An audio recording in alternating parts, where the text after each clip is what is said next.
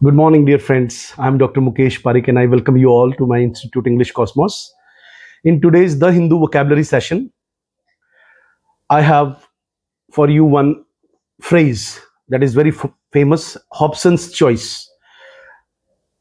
अगर आपके पास कभी कोई चॉइस ना बचे और आपको जो लास्ट चॉइस बची है उसी में काम चलाना पड़े मजबूरी में, तब हम इंग्लिश में बोलते हैं कि यार मेरे पास और कोई चारा नहीं था। और जैसे मैं कहूँ कि मान लीजिए मैं बहुत लड़कियां रिजेक्ट कर चुका हूँ लाइफ में, और फिर मैं एक लड़की से शादी करूं बहुत ज्यादा उम्र में, और मैंने कहा कि किसी ने मेरे से पूछा कि अरे यार तूने इससे शादी क्यों की, तो मैंने कहा यार ये मेरी हॉब्सन्स चॉइस है। ये मैट्रिमोनियल एग्जांपल मेरे को इसलिए सूझा क्योंकि मैंने इसको पहली बार इसी सिचुएशन में सुना था। तो इंग्लिश में बोल सकते हैं हॉब्सन्स चॉइस का मतलब होता है नो विन सिचुएशन, मतलब ऐसी सिचुएशन जिसमें आपको कोई जीत हासिल नहीं हुई, या आपका फोर्स्ड ऑप्शन है ये, है ना, आपका कोई कंपल्शन है, आपका कोई डिलेमा है।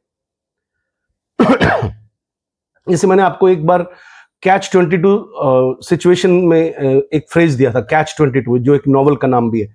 तो हॉब्सन्स चॉइस और कैच 22 सिचुएशन कुछ कुछ मिलते जुलते हैं, क्योंकि दोनों में दुविधा रहती है और लास्ट में आपको एक ऐसी चीज को चुनना पड़ता है जो आपकी चॉइस नहीं है लेकिन आपके पास कोई और चारा नहीं है। ठीक है, तो अब इसका ऑपोजिट क्या हो जाएगा? Freedom of choice. ठीक है, दूसरा वर्ड आया है सेडिशन को लेकर के। सेडिशन एक वर्ड है जिसका सीधा साधा मतलब होता है देशद्रोह, सेडिशन। अब सेडिशन को ट्रेजन भी बोलते हैं। गवर्नमेंट्स खास तौर पे when we were colonized, when we were slaves of the other empires like English, तो वो लोग, उन लोगों ने कहीं हम उनसे आजादी हासिल ना कर लें, विद्रोह ना कर बैठे, तो हमारी छोटी छोटी बातों के ऊपर उन्होंने कुछ कानून बनाए थे। उससे रिलेटेड आर्टिकल में एक वर्ड आया है सेडिशन लॉ के। एडिटर लिख रहा है कि अब कानून के दायरे में ये जो सेडिशन वर्ड है इसको थोड़ा हमें फ्लेक्सिबल बनाना चाहिए, क्योंकि अगर आप कोई विरोध करेगा तो वो अपने देश में अपने ही लोगों के खिलाफ विरोध करेगा, तो वो फ्रीडम ऑफ लिबर्टी होती है, मतलब एक डेमोक्रेसी की लिबर्टी होती है। तो इसमें अब ऐसा नहीं है कि आप किसी के खिलाफ उसकी सत्ता उखाड़ फेंकने के लिए कर रहे हो। तो सेडिशन को लेकर के भाजपा ने कानून बहुत सख्त कर दिए हैं। 2024 में तो बहुत ही ज्यादा सख्त कर दिए थे। तो रिवोल्ट वर्ड यूज किया जा सकता है, इंजरेक्शन। ठीक है, इंजरेक्शन वर्ड का मतलब होता है वापस से खड़े होना किसी चीज के लिए और अपना सिर उठाना। ठीक है, सिर उठाने का मतलब होता है रेबिलियन करना, रेबेल करना, विद्रोह करना, सबवर्जन करना। देखो वर्टिकल, ये जैसे वर्टिकल एक पोजीशन हाथ की, अब अगर मैं इसको सबवर्ट कर दूं तो इसका मतलब है मैं इसको गिरा दूंगा। इसका मतलब है कि सबवर्जन एक कॉमन सा वर्ड है इंग्लिश में। जब हम किसी को किसी के कंट्रोल को, किसी की अथॉरिटी को अपने एफर्ट के साथ में गिराने की कोशिश करते हैं अपने अधिकारों के लिए, तब हम इंग्लिश में बोलते हैं कि हमने हमारा जो एटीट्यूड है, हमारी जो लैंग्वेज है वो सबवर्जिव है। ठीक है, रिवोल्ट है। तो इसका ऑपोजिट क्या हो जाएगा? लॉयल्टी। फिर एक वर्ड आया कोर्सिव। कोर्सिव बहुत कॉमन वर्ड है, किसी के साथ में फोर्सफुली कुछ करना, कोर्सिव। अब फोर्सफुली कुछ करते हैं मान लीजिए, तो उसको हम ऑप्रेसिव माना जाता है। वो ऑप्रेसिव का मतलब होता है उसके ऊपर फोर्स इस्तेमाल की गई है, उसको मेंटली टॉर्चर किया गया है, फिजिकली टॉर्चर किया गया है, उसको इंटिमिडेट किया गया है। टिमिड का मतलब कायर, और आगे इन लगा दो तो बन जाता है किसी को डराना धमकाना।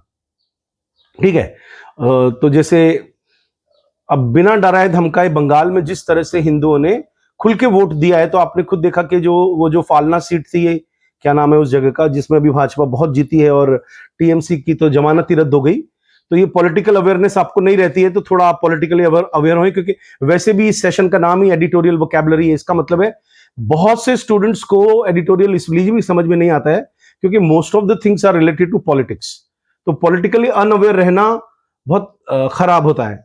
ठीक है, तो इससे सीखते हुए आप लोग रेगुलर कुछ ना कुछ, जो भी कम से कम 5-10 देशों के बारे में, अपने इंडिया के बारे में, पॉलिटिक्स के बारे में आपको थोड़ा बहुत पता होना चाहिए। तो कोर्सिव के लिए अथॉरिटेरियन आ जाता है। जैसे ज्यादातर घरों के अंदर जो फादर फिगर होते हैं उनको, जैसे मम्मी कहती है कि तू सुधर जा नहीं तो तेरे पापा को आने दे, मैं बताऊंगी।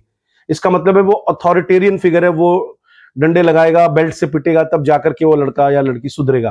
तो इसका मतलब है कि वो कोर्सिव मैकेनिज्म है फैमिली के अंदर। ठीक है, और इसका ऑपोजिट हो जाएगा वॉलंटरी। वॉलंटरी मतलब अपनी मर्जी से, कोई बलपूर्वक नहीं किया। मैंने कहा यार it was not, there was no coercive measure on my marriage, I voluntarily married with that girl. इसका मतलब है मेरे पर कोई जोर जबरदस्ती नहीं थी। फिर कानून को जब हम लोग इससे रिलेटेड वर्ड यूज करते हैं तो लिटिगेशन वर्ड यूज किया जाता है। लिटिगेशन का मतलब है किसी के खिलाफ लीगल एक्शन लेना, किसी को स्यू करना, SUE, ठीक है। उसको उसके खिलाफ लॉ सूट लेकर आना, लॉ सूट एक वर्ड यूज किया जाता है इंग्लिश में। प्रोसिक्यूशन वर्ड यूज किया जाता है, ठीक है। तो मैंने कहा कि यार लिटिगेशन में फंसने की क्या जरूरत है, तुम लोग बैठ करके सुलझा लो अपना मुद्दा, है कि नहीं, सेटलमेंट कर लो, इसका ऑपोजिट हो जाएगा मतलब। फिर है परवर्स। अब परवर्स का मतलब होता है, एक एक्चुअल में क्या होता है कि कुछ अंदर से फीलिंग बुरी होती है किसी की। जैसे मान लीजिए मैंने कहा कि when he was arguing with me he had a परवर्स pleasure. मतलब कुछ स्टूडेंट हमें ऐसे मिलते हैं लाइफ में जो जानबूझ करके कुछ ऐसे क्वेश्चंस पूछते हैं जिसमें हम थोड़ा सा अनकंफर्टेबल हो जाएं, ठीक है। तो उस बच्चे का, इसका मतलब है कि उसको मजा आ रहा है उस टीचर को अनकंफर्टेबल सिचुएशन में डाल के, है ना। तो वो, इसका मतलब है वो सुधरेगा नहीं, वो उसके लिए ऑब्स्टिनेट एक सिनोनिम हो सकता है, उसके लिए कॉन्ट्ररी, वेवर्ड। वेवर्ड का मतलब बिगड़ा हुआ, डेविएंट। परवर्स का मतलब गुंडे मवाली को भी बोलते हैं, मतलब जो थोड़ा सा इमोरल हो, अनैतिक हो, उसके लिए भी परवर्स यूज करते हैं कि यार वो बड़ा परवर्ट है। ठरकी वर्ड सुना है आप लोगों ने उसके लिए भी परवर्स वर्ड यूज किया जाता है, ठीक है। रिकैल्सिट्रेंट एक वर्ड यूज किया जाता है। मैंने कहा कि the recalcitrant student community, those who are showing themselves in the cockroach party. मान लीजिए अखबार में ये लाइन आए तो इसका मतलब है कि वो बिगड़े हुए हैं, या उन्होंने खुद के लिए कोई मेहनत नहीं की है, कोई काम नहीं किया, बेरोजगार सिद्ध कर रहे हैं अपने आप को, ठीक है। फिर एक वर्ड आया परपैचुएटिंग। परपैचुएटिंग तो बहुत कॉमन वर्ड है, लगातार के लिए आता है। सस्टेनिंग, कि सिचुएशन सस्टेन कर रही है, सिचुएशन परपैचुएट कर रही है, कंटिन्यूस है, इस चीज को, इस सिचुएशन में, इसको में मेंटेन करके रखा है, ठीक है। कंटिन्यूइंग है, प्रोलॉन्गिंग है ना। इसका ऑपोजिट हो जाएगा इरेडिकेट करना। जैसे मैंने कहा कि ये जो इन्फिल्ट्रेशन की समस्या है, घुसपैठियों की समस्या है, वो परपैचुएटिंग समस्या है। भाई आप बंगाल से उनको निकाल रहे हो तो वो अरुणाचल प्रदेश में जा रहे हैं, आप देखिए रातों रात आपको ऐसी वीडियोस मिल जाएंगी जो राजस्थान की तरफ आ रहे हैं वो लोग। इसका मतलब है कि ये प्रॉब्लम तो परपैचुएट करेगी अभी, जब तक कि सारे के सारे स्टेट्स मिल करके और इनको पहचान ना करें। हम लोग भी इसके लिए जिम्मेदार हैं। सस्ता लेबर मिल जाता है तो हम ऐसे लोगों को बस नहीं देते, उसका लेटर ऑन हमें बहुत नुकसान होता है, ठीक है। तो दैट इज परपैचुएटिंग, कि ये सिचुएशन परपैचुएट कर रही है, कंटिन्यूस चल रही है। ग्रीवेंसेस एक कॉमन वर्ड है। ग्रीवेंसेस का मतलब होता है शिकायत। भाई आपको कोई ना कोई शिकायत है किसी चीज से। ग्रीवेंस बॉक्स देखा होगा आपने, पहले के जमाने में मैंने देखा था, बसेस में लगे होते हैं। भाई आपको कंडक्टर से कोई प्रॉब्लम है तो वो चिट्ठी लिख करके आप उसमें डाल दो, ठीक है। कंप्लेंट हो गया, रिसेंटमेंट हो गया, इसका सिनोनिम। रिसेंटमेंट बहुत कॉमन वर्ड है कि यार तू अपने रिसेंटमेंट्स बैठ करके सुलझा लो, है ना। डिसकंटेंट का मतलब होता है असंतुष्ट होना, इनजस्टिस, इनजस्टिस फील करना।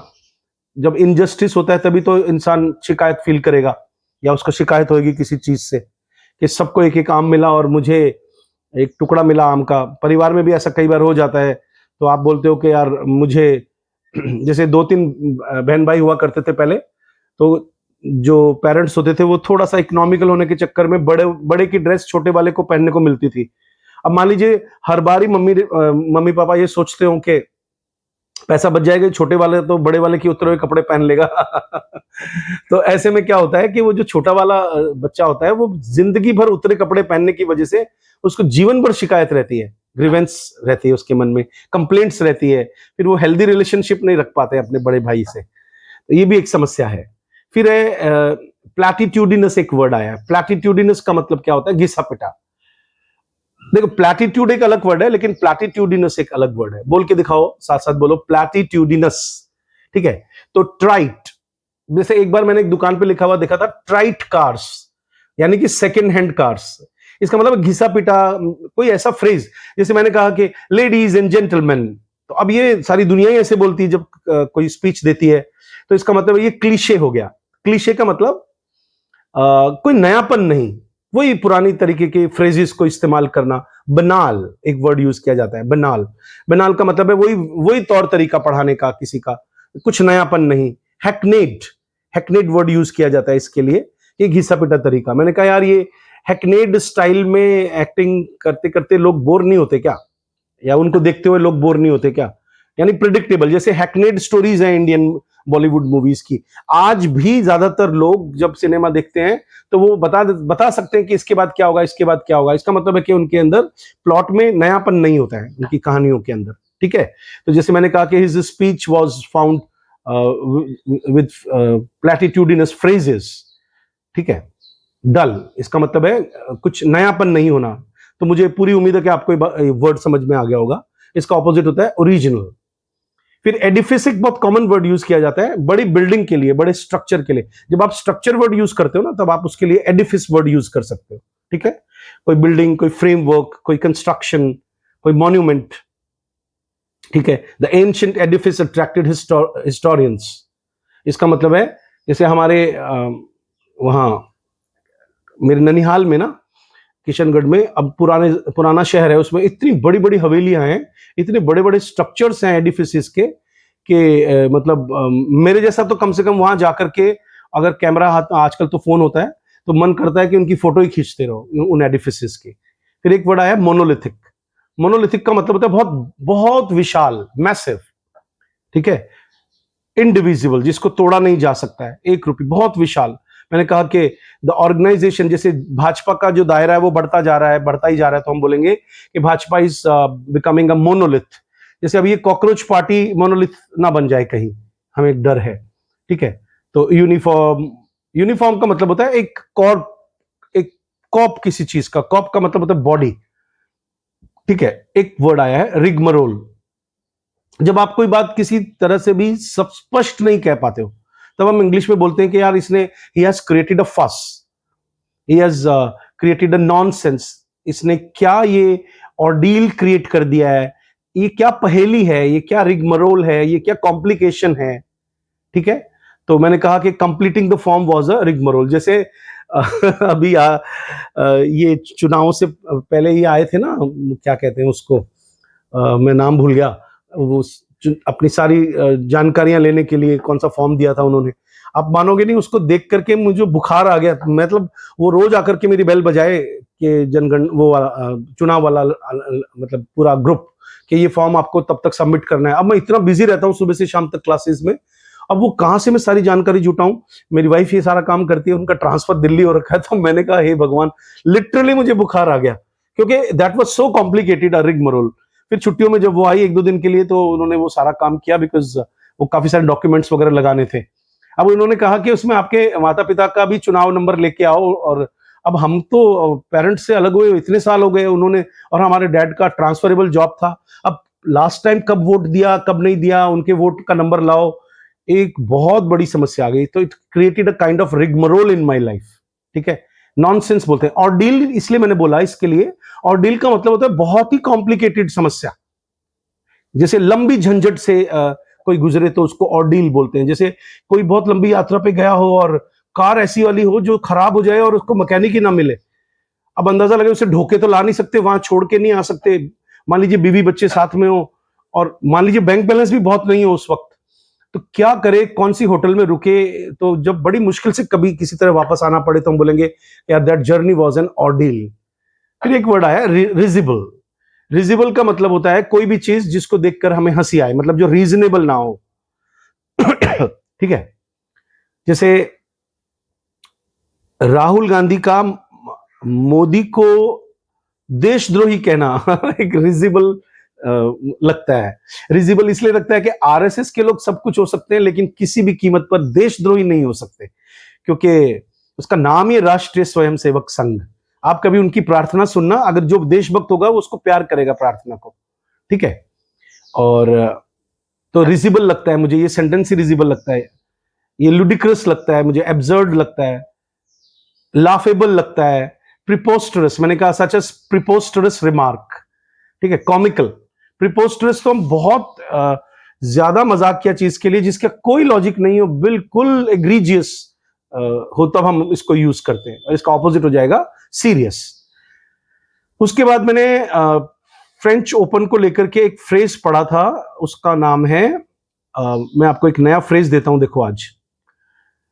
कू डू मुस्कटेयर, ये फ्रेंच टर्म है। कू डू मुस्कटेयर का मतलब होता है कि जैसे थ्री मस्केटियर का नाम आपने सुना होगा ना, एक कहानी है डमास की लिखी हुई, और एक फ्रेंच टर्म है कू डी ग्रेस, उससे बना है। तो इसका मतलब होता है लास्ट प्रहार, ठीक है। मतलब कि जब हम इस कू डी मस्केटियर को यूज करते हैं तो इसका मतलब होता है अंतिम प्रहार। तो ये टेनिस को लेकर के एक फ्रेज यूज किया गया, decisive blow, final stroke, finishing act, fatal action, ठीक है, मास्टर स्ट्रोक भी बोल सकते हैं।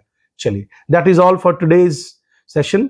मैं कहना तो भूल ही गया कि आप लोग मुझे लाइक करें, सब्सक्राइब करें। तो जो लास्ट तक पहुंचे हैं वही कर दें लाइक और subscribe. Thank you very much.